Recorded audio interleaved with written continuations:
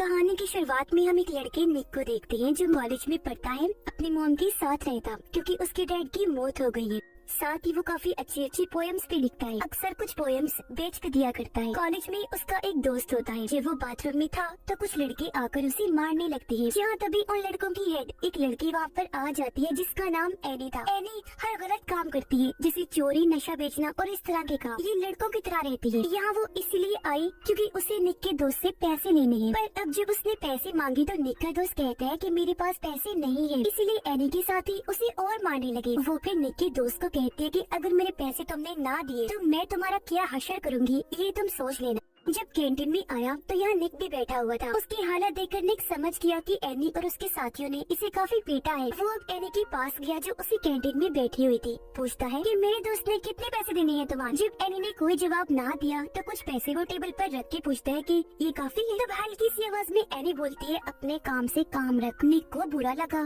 इसलिए पलटकर उसने भी कहा कि तुम एक टूटी हुई बिगड़े लड़की हो, साथ ही लूजर भी।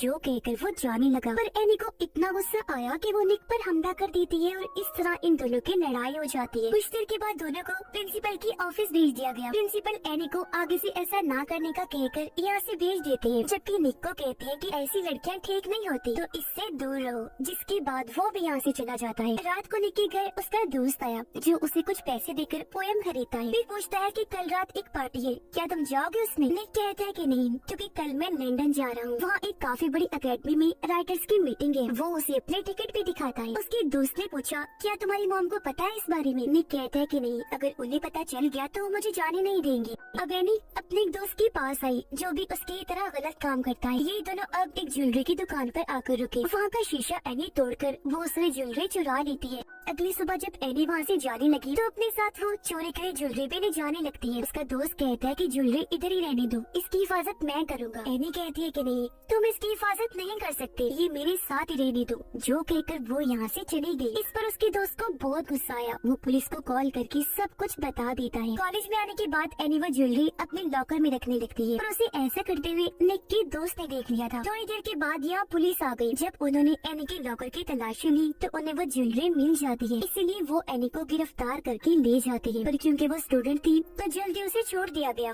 एक हफ्ते के बाद उसकी कोर्ट में पेशी है। छूटने के बाद वो अपने दोस्त को कॉल करके बताती है कि मुझे गिरफ्तार कर लिया गया था। वो पूछता है तुमने कुछ बताया तो नहीं। एनी कहती है कुछ भी नहीं। फिर वो पूछता है कि कौन हो सकता है ये जिसने पुलिस को सब बताया। अब हालांकि वो खुद ही था, पर यहाँ एनी को ये लगता है कि वो निक का दोस्त है जिसने पुलिस को सारी जानकारी दी, क्योंकि लॉकर के पास उसने एनी को देखा था। अब आज रात क्योंकि निक लंदन जाने के लिए निकलने वाला था, इसलिए वो अपने दोस्त को मिलकर अलविदा कहता है। फिर जब वो घर आया तो उसकी मॉम को भी पता चल गया था कि आज रात वो लंदन जाने वाला है, क्योंकि उसकी फ्लाइट लेट थी और एयरपोर्ट से जो कॉल आई थी वो निक की मॉम ने उठानी थी। पूछने पर निक बताता है मॉम वो मैं आपको बताने ही वाला था। वो कहती है झूठ मत बोलो बेटा, टिकट तुम्हारे पास कब से थी, तुम चाहती तो बता सकती थी। गलत बात है, मुझे लगता है मैं किसी अजनबी के साथ रह रही हूँ, और यहाँ से चली जाती है। निक को भी बुरा लगा, इसलिए रात को वो टिकट लेकर उस पार्टी में चला जाता है जिसके बारे में उसके दोस्त ने निक को बताया था। जब उसका दोस्त पार्टी में आ रहा था तो उसे एनी और उसके साथी पकड़ लेते हैं। खूब पीटने लगी ताकि सच उगलवा सके। वो उसे बहुत मारने लगे, इसलिए वो कह देता है कि वो मैं नहीं, निक है। सारी जानकारी पुलिस को उसने ही दी थी। यहाँ उसने निक का नाम इसलिए लिया था क्योंकि उसे लग रहा था कि वो तो लंदन जा चुका है, पर वो तो पार्टी में था जो अपनी टिकट एक लड़की को दे देता है। और अब जब वो अपने घर जाने लगा तो एनी और उसके साथी निक को भी पकड़ लेते हैं। यहाँ निक का दोस्त भी उनके साथ था। वो उसे बहुत बुरा मारते हैं जिससे उसकी सांस से रुकने लगती है। हालांकि उसका दोस्त भी ऐसा करने से उन्हें मना करता है, मगर वो नहीं रुकते। ये सब देखकर उसका दोस्त काफी दुखी हो गया क्योंकि उसे लग रहा था कि निक मर गया है। ये अब उसे एक सुनसान जगह पर छोड़कर यहाँ से चले जाते हैं। एनी तो अपने दोस्त के पास आ गई। उसे बता देती है कि मेरे हाथों निक का खून हो गया है। उसका दोस्त कहता है कि तुम जाओ यहाँ से, क्यों आई हो यहाँ। जो सुनकर हालांकि एनी को बुरा तो लगा, लेकिन वो यहाँ से चली जाती है। अगले दिन निक बाकी बच्चों के साथ क्लास में बैठा हुआ था। टीचर क्लास में आकर सब बच्चों से एक सवाल पूछती है जिसका जवाब निक के अलावा किसी को भी नहीं आता था। वो खड़ा होकर जवाब देता है, लेकिन हैरत उसकी आवाज टीचर और बच्चे सुन नहीं पाते। निक को भी अजीब लगा। वो पूछता है कि यहाँ पर क्या हो रहा है, क्या तुम लोग मेरा मजाक बना रहे हो। जो कहकर वो उठा, जोर जोर से चिल्लाने लगा।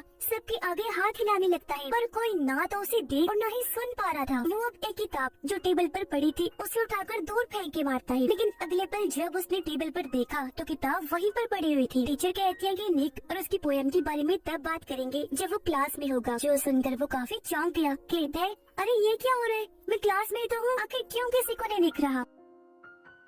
वो प्रिंसिपल के ऑफिस में जाकर फोन उठाता है, अपनी मॉम को कॉल करने लगता है। तभी प्रिंसिपल भी आ गई, फोन की घंटी बजने लगती है। असल में निक को ये लग रहा था कि फोन मेरे हाथ में है, पर वो तो अपनी जगह पर ही पड़ा हुआ था। और अब प्रिंसिपल जब फोन उठाते हैं तो कॉल पे निक की मॉम थी। वो उसे पूछती है क्या निक क्लास में है, जिस पर प्रिंसिपल फोन वहीं रख के निक को क्लास में चेक करने चले जाते हैं। और अब वो यहाँ से भागकर जाने लगता है, पर तभी एक लड़की से टकरा गया जिससे वो नीचे गिर जाती है। लेकिन अब जब उसने दोबारा देखा तो लड़की अपने रास्ते आगे बढ़ने लगी, यानी वो गिरी ही नहीं थी। वो यहाँ से भागकर सीधा अपने घर आया, जहाँ उसकी मॉम के साथ एक डिटेक्टिव होता है जो उसके कमरे की तलाशी ले रहा था ताकि यहाँ से कोई काम की चीज मिल सके। लेकिन उन्हें निक के बारे में कोई सुराग नहीं मिलता। इधर भी निक उन्हें नजर नहीं आ रहा था, जबकि वो सबको देख और सुन भी सकता था। अब ये डिटेक्टिव यहाँ से सीधा एनी के पास गया, क्योंकि कल ही उसके साथ निक की लड़ाई हुई थी। डिटेक्टिव उसे कहते हैं कि तुम्हें पकड़वाने के लिए पुलिस स्टेशन में किसी ने कॉल की थी, क्या वो निक था? एनी बोली कि मुझे नहीं पता, मैं तो अपने दोस्त के साथ थी उस वक्त। जो कहकर डिटेक्टिव यहाँ से चला जाता है। निक ने क्योंकि ये सारी बातें सुन ली थी, इसलिए वो एनी से पूछता है क्या तुमने बस मुझे इसलिए मारा क्योंकि तुम्हें लग रहा था कि पुलिस को सारी जानकारी मैंने दी? जो कहकर वो एनी को धक्का देकर छत से नीचे गिरा देता है। पर अगले ही पल उसने देखा कि ये सिर्फ मुझे लग रहा है, ऐसा कुछ हुआ ही नहीं, क्योंकि एनी तो अभी भी उसके पास ही खड़ी हुई थी। जिसके बाद निक यहाँ से अपने घर आया। वो जब कमरे में लेटा हुआ था तो उसकी मॉम आई, जो निक की डायरी से उसकी पोएम को पढ़ने लगती है, पर बीच में ही छोड़कर वो यहाँ से चली गई। तभी निक के कंधे पर एक चिड़िया आकर बैठ जाती है। वो उसे वहाँ से हटाकर हाथ में पकड़ लेता है। इस बात से निक को बहुत खुशी हुई, क्योंकि जो हालात उसके साथ हो रहे थे उनमें से ये पहली चीज थी जिससे वो हाथ लगा सकता था। अब तभी उसकी नजर सामने पड़ी। उसने देखा कि जो चिड़िया इस वक्त मेरे हाथ में है वो तो सामने गिरी पड़ी है, जख्मी होने की वजह से तड़प रही है, क्योंकि जल्द ही मरने वाली थी। और अब अगले ही पल वो मर जाती है, जिसके साथ ही निक के हाथ से भी गायब हो जाती है। तब ये देखकर वो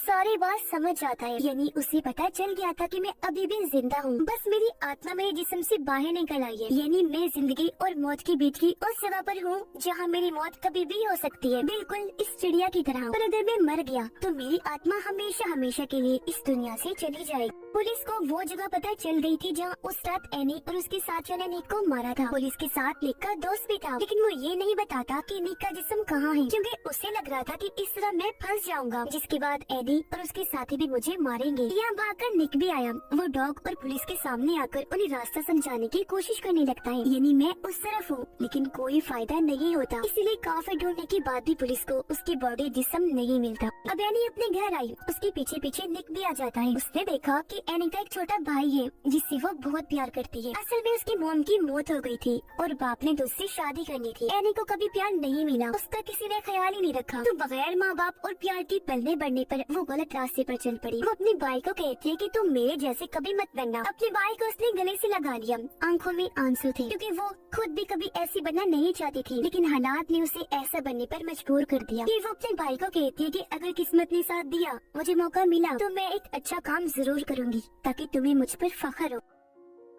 अब एनी के उसी दोस्त के पास डिटेक्टिव आया, कहता है कि उस रात एनी ने तुम्हें जेल से कॉल की थी जब उसने ज्वेलरी चुराई, तो क्या उस रात वो तुम्हारे साथ थी? जिस पर वो किसी मुसीबत में ना फंसे, इसलिए ना चाहते हुए भी उसे इस केस में आना पड़ता है। वो निक के दोस्त को अगवा करके उससे पूछता है कि बताओ तुमने निक की बॉडी को कहाँ रखा है, जिस पर निक का दोस्त उसे उस जगह पर ले जाता है। तब एनी का दोस्त बॉडी को वहाँ से कहीं और शिफ्ट करवा देता है, ताकि अगर पुलिस को कोई बताना भी चाहे तो पुलिस को कभी भी बॉडी ना मिले। जिसके बाद वो एनी को मारने का प्लान बनाता है। वो उसे मिलने के लिए बुलाता है। इससे पहले वो उसकी जान लेता, एनी गन छीनकर उसी पर तान देती है। तभी यहाँ पुलिस भी आ गई। तब सही सलामत एनी यहाँ से निकलने में कामयाब रही। वो जब भाग रही थी तो निक उसे कहता है मत भागो एनी, वो तुम्हें पकड़ लेंगे। तब पलटकर एनी कहती है कभी नहीं, और यहाँ से भाग गई। ये सुनकर निक को काफी हैरत हुई, क्योंकि एनी उसे सुन सकती थी। और अब जब वो बैठी थी तो निक उसके पास आकर कहता है कि मैं जानता हूँ एनी, तुम मुझे सुन सकती हो, मैं तुम्हारे आस पास ही हूँ, क्योंकि मैं अभी जिंदा हूँ, बच सकता हूँ। तुम बस पुलिस को बता दो कि मेरी बॉडी कहाँ है। अपने किए पर एनी उससे माफी मांगती है। फिर उसे वहाँ ले जाने लगी जहाँ इन्होंने निक की बॉडी को रखा था। और जाहिर है इधर वो नहीं थी, क्योंकि एनी के दोस्त ने वो कहीं और फेंकवा दी थी। पर यहाँ इन्हें च्युइंगम का रैपर मिल जाता है जो निक का दोस्त खाया करता था, जिससे दोनों समझ गए कि बॉडी यहाँ से गायब होने में निक के दोस्त का भी हाथ है। इसलिए अब एनी उसके दोस्त को पकड़ लेती है, मार मार कर पूछती है कि बताओ निक कहाँ है। उसकी बॉडी वहाँ पर नहीं है जहाँ वो रखी थी, जिस पर अब वो एनी को सारी बात सच सच बता देता है। कहता है एनी ये तुम सोच रही हो वैसा कभी हुआ ही नहीं था। तुम उस रात मार मार कर मुझसे नाम उगलवाना चाहती थी। तब मैंने बिना सोचे निक का नाम इसलिए नहीं दिया क्योंकि मुझे लग रहा था कि वो लंदन गया है, पर वो नहीं गया, इधर ही था। और ऐसा कभी हुआ ही नहीं कि उसने पुलिस को सारी जानकारी दी, और नहीं मैंने पुलिस को बताया था। और हाँ, वहाँ से निक की बॉडी मैंने नहीं तुम्हारे दोस्त ने हटाई थी, क्योंकि सारी फसाद की जड़ वो है। उसने पुलिस को कॉल करके तुम्हारे बारे में बताया था, जो सुनकर एनी काफी चौंक गई। सच जानकर हैरत तो उसे हो रही थी, साथ साथ उसे दुख भी था। और अब वो यहाँ से सीधा अपने दोस्त के पास गई। गन पॉइंट पर उसे लेकर कहती है कि मैं तुम्हारा सारा सच जान गई हूँ, और अब बताओ मुझे निक की बॉडी कहाँ है। तो अब मजबूरन उसे बताना पड़ता है। वो कहता है कि निक की बॉडी डैम के पास है, जल्दी उसे वहाँ से निकालो वरना पानी उसे बहा कर ले जाएगा। और अब जब एनी वहाँ से जाने लगी तो उसका दोस्त गोली मार देता है, जिससे वो जख्मी होकर नीचे गिर गई। इससे पहले कि दूसरी गोली मारकर उसकी जान ही ले लेता, एनी उसे शूट करके नीचे फेंक देती है और यहाँ से भाग गई। वो अब पुलिस को कॉल करती है, कहने लगी कि अब तुम लोगों को मुझे ढूंढने की जरूरत नहीं है, मैं यहाँ से जा रही हूँ। और हाँ, बस मेरा एक काम कर देना, मेरे कॉलेज की लॉकर में कुछ पैसे रखे हैं, वो बस मेरे छोटे भाई को दे देना। साथ ही निक जिंदा है, उसकी बॉडी डैम के पास है। उधर निक जब अपने दोस्त के पास था, देखता है कि मेरे दोस्त को शर्मिंदगी हो रही है। उसे लग रहा है कि आज अगर निक इस दुनिया में नहीं है तो ये मेरी वजह से है, इसलिए वो जहर खा लेता है। हालांकि निक ने उसे काफी मना किया, पर वो उसे सुन ही नहीं सकता था। और अब जब उसकी हालत खराब होने लगी तो उसकी दोस्त की आत्मा बॉडी से निकलकर बाहर आ जाती है, जिसे अब निक देख सकता था। और वो निक को यहाँ तभी उसकी दोस्त की मॉम गेट आई। उन्हें भी पता चल गया था कि हमारे बेटे ने जहर खा लिया है, पर उसकी हालत इतनी बुरी नहीं थी। निक डैम के पास पहुँच गया, जल्दी उसे अपनी बॉडी मिल भी जाती है और तभी डैम से भी पानी आना शुरू हो जाता है। इसीलिए वो अपनी बॉडी को उठाकर ले जाने लगा, लेकिन वो खुद अपनी बॉडी को नहीं उठा सकता था। वो मदद के लिए चिल्लाता है, पर कोई भी उसकी आवाज को नहीं सुनता, आस पास कोई था भी नहीं। और अब तभी यहाँ डिटेक्टिव, निक की मॉम और बाकी सब भी आ जाते हैं। पुलिस ने डैम बंद करवा दिया। जैसे उसकी बॉडी मिली, फौरन उसे हॉस्पिटल ले जाते हैं, लेकिन उसकी हालत बहुत ज्यादा खराब थी। उधर एनी भी पुलिस से बचते हुए किसी तरह हॉस्पिटल पहुँच जाती है, जहाँ उसके साथ साथ निक की आत्मा भी थी। इससे पहले एनी अंदर जाकर निक से मिल पाती, वार्ड के बाहर जहाँ निक की मॉम बैठी थी वो उसे देख लेती है। उन्हें गुस्सा तो था ही, इसलिए वो एनी के मुँह पर जोरदार थप्पड़ मार देती है। कहने लगी कि आज निक की जो भी हालत है तुम्हारी वजह से है। निक को बुरा लगा, वो जोर से चिल्लाते हैं, मॉम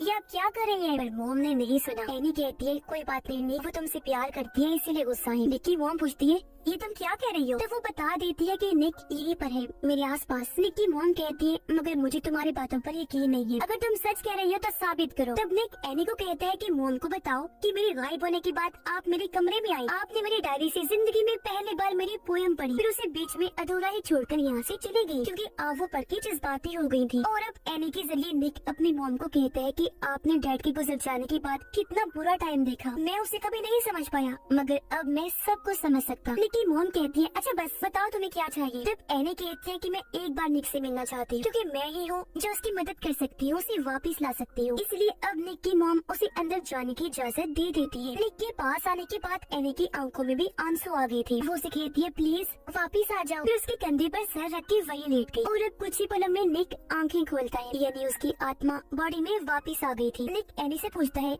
क्या तुम मुझे देख सकती हो? वो कहती है कि हाँ, मैं हमेशा से एक अच्छा काम करना चाहती थी। निक बोला और आज तुमने वो कर ही दिया, मुझे वापस लाकर तुमने ही मेरी जान बचाई है। और अब निक तो बच गया था लेकिन एनी की मौत हो गई थी क्योंकि उस बेचारी को गोली लगी थी, जख्म बहुत गहरा था, उसका इलाज भी नहीं हो पाया था। और इस तरह उसने अपनी जान की परवाह किए बगैर निक की जान बचाई और अपनी बात को सही साबित कर दिया। अब निक एनी के भाई के पास गया जो प्लेन उड़ा रहा होता है। एनी का भाई कहता है कि मेरी बहन मुझे यहाँ लाया करती थी जो अभी इस दुनिया में नहीं रही, वो बहुत अच्छी थी। बच्चा दुखी था। तब निक उसका मूड ठीक करने के लिए कहते हैं चलो हम एनी को एक मैसेज भेजते हैं। हम उसे कहते हैं हे एनी ठीक है ना? इस पर उसका भाई कहते हैं हाँ, और ये लिखकर उन्होंने प्लेन को हवा में उड़ा दिया। प्लेन को दोनों उड़ता हुआ देख रहे थे। ये फिल्म इधर ही खत्म हो जाती।